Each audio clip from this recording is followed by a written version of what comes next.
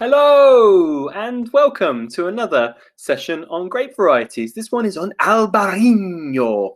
And my name is Jimmy Smith. I am the head tutor and founder of West London Wine School, South London Wine School, and I've got a wine bar called Streatham Wine House, all in London in the United Kingdom. So this is the advanced version of the Albarino grape variety. If you are studying WSET Level 3 or 4, this is very useful for you.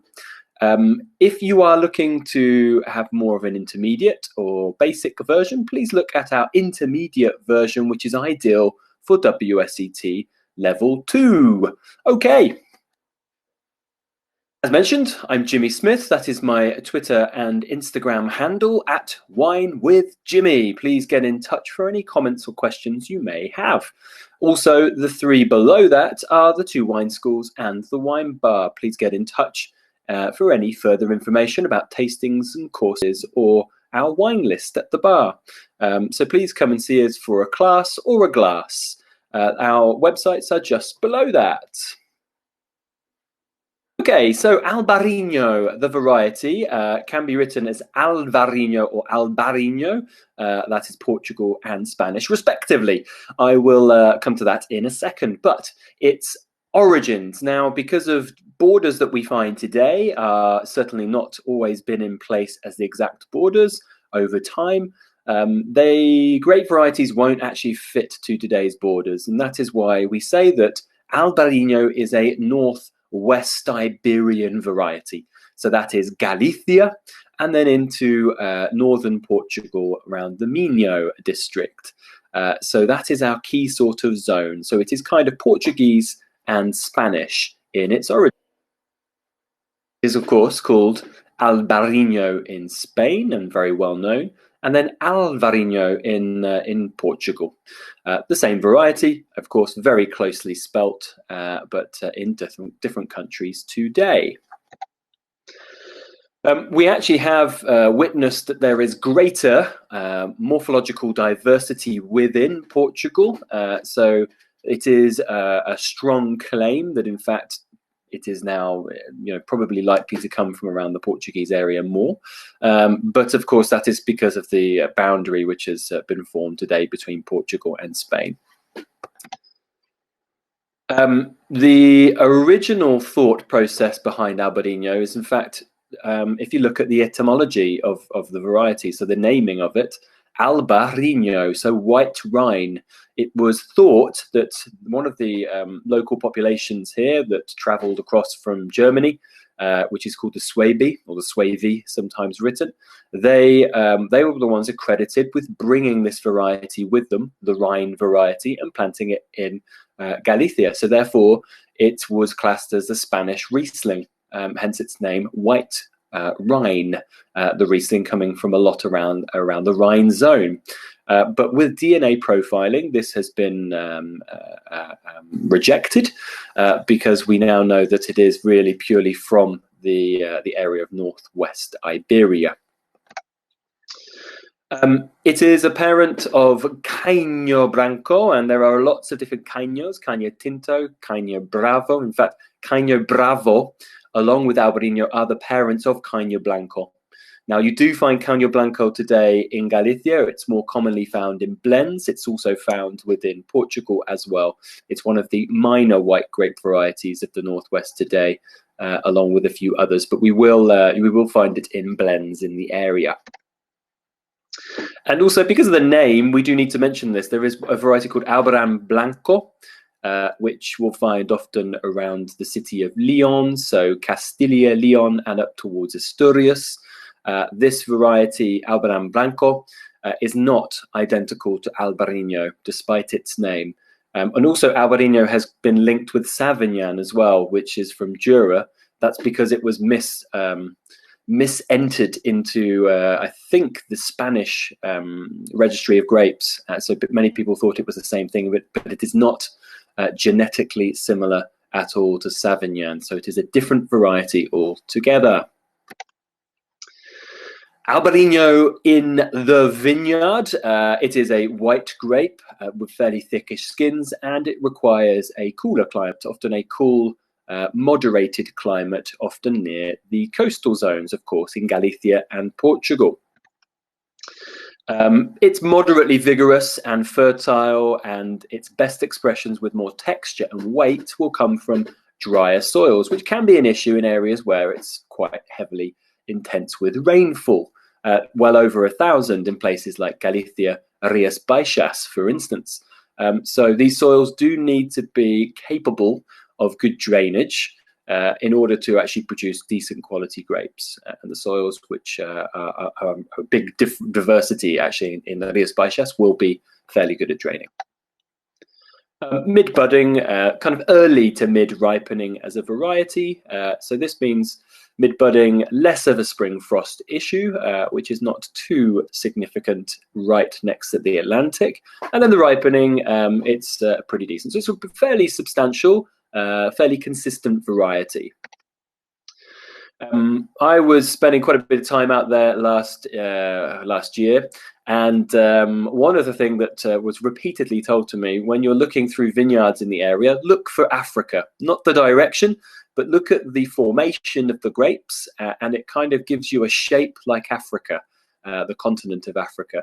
The berries themselves are quite thick-skinned, as previously mentioned. One of the reasons why we don't tend to find a whopping amount of sweet production from it. Now, because there is a lot of moisture, certainly Santiago del Compostela, places like Cambados will be quite significant with rainfall. So there's a lot of moisture in the air. The vine training system that we adopt for Albarino and most parts of northern Spain is what we call the pergola, or parral in Spanish, so P-A-R-R-A-L. And this is a highly trained vine, often around 2 meters tall and above, with wooden structures and supports, where there's a very thick canopy at the top, and the grapes are hanging below that canopy. What you mean, you can actually walk very freely underneath these vines, and that gives you a sense of the very great ability of air to pass through this area, to chase moisture away and humidity away, which can be very, very common in places like this. So the pergola vine trains in the system is imperative, really, to the grape Albarino being produced in a decent manner here. So lowering the prospect of things like rots and fungal molds like mildews. So very important. That being said, it is susceptible to both downy and powdery mildew. So, of course, the pergola vine system is mightily important. Albarino in the winery. So once the grapes are harvested and brought into the winery, normally they are treated as a varietal. They can be blended, and you may find in some areas that Trexiodora, Caño Blanco can be used as a blending partner for it. And in fact, there's quite a famous place called Ourasal, one of the subzones of Rías Baixas, which is quite famous for a bit of blending. So there are some blended, but normally we're looking at single varietal Albarino, and in Portugal, very commonly single variety as Alvarinho.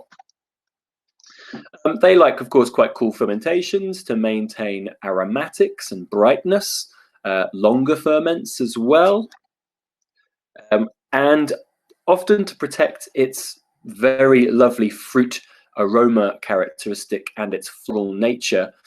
Usually reductive winemaking techniques are adopted. So things like stainless steel and cement fermentations and maturations will occur. But there is an increasing amount of quite complex Albarino being made from some of the oldest vines with the smallest yields, and these are seeing oak. I really personally believe that Albarino doesn't need to see oak, and certainly new oak, but there is a bit of a modern movement towards this. I think Albarino is delicious as it is, and it really is beautifully aromatic with those characteristics. So lees aging is common. So you will find that most winemakers in the area are exceptionally ambassadorial and very pro lees aging, because it adds weight and texture to the wine. So lees aging you will see, and that's the one that adds the body to Albarino. Normally we're talking something only like 3 or 6 months on the fine lees with regular racking.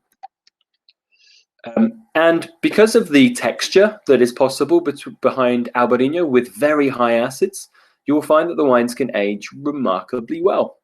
So the acids and the texture means longevity. And I've tasted some going back into the early 2000s, and the complexity behind them are absolutely wonderful. Certainly with an estate called Pazo Senoran, which is one of the greats in the Rías Baixas.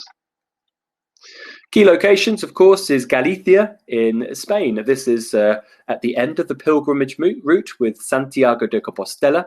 The big city here is Vigo, but it's a gorgeous landscape which has been very much shaped by the action of the Atlantic.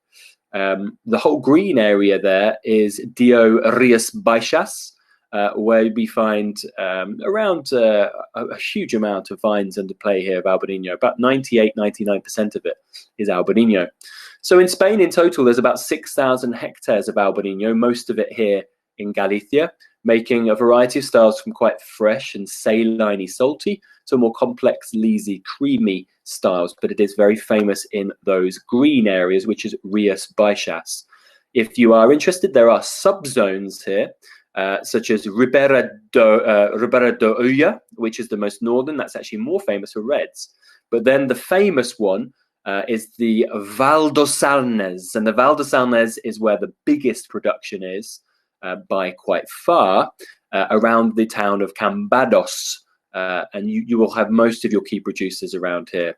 There's also Sutmoia, Orozal, and Condado do Teia, and those are smaller areas. Condado do Teia is the second biggest of them, but they are subzones. You are seeing more labeling with subzones, but normally you just see Dio Rías Baixas. And then in Portugal, in the Minho, which is northern Portugal, there are a lot of subregions here, such as Lima, Calvado, Basto, Ave, Sousa, etc. But we normally see it written as Minho, and it can be very generic as well, like Vinho Verde.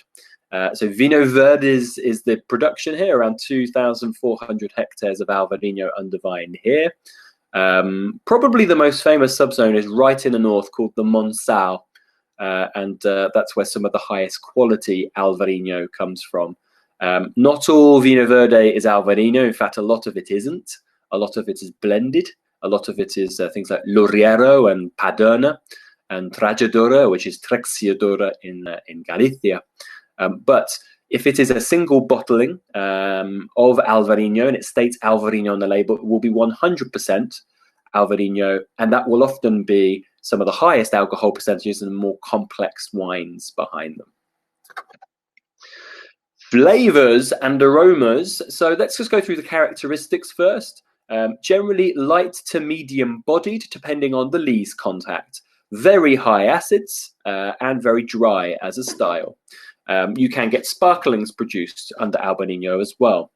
The flavors here, as you can see, things like peach, apricot, red apple, citrus like grapefruit, lemon, and honeydew is even common as well. But I've got honeysuckle in the top right there, and white flowers like chamomile and jasmine are quite common as well. They are fruity floral wines. Also added a bit of brininess or saltiness because of its proximity to the sea. The Atlantic is what you'll find as well. That is it then. I hope you've enjoyed your more advanced look at Albarino. It is not a substantial grape that's grown elsewhere in the world. There are other places like New Zealand and California that have small amounts of it, but it is really an Iberian variety. If you have any comments or questions, please get in touch with any of these social media handles. My one is the top one, at Wine with Jimmy. And if you're interested in tastings and courses or coming to the wine bar, all of the email addresses, the website addresses are below there. Thank you so much for your time. It's been an absolute pleasure. I hope you've learned something, and see you again very soon.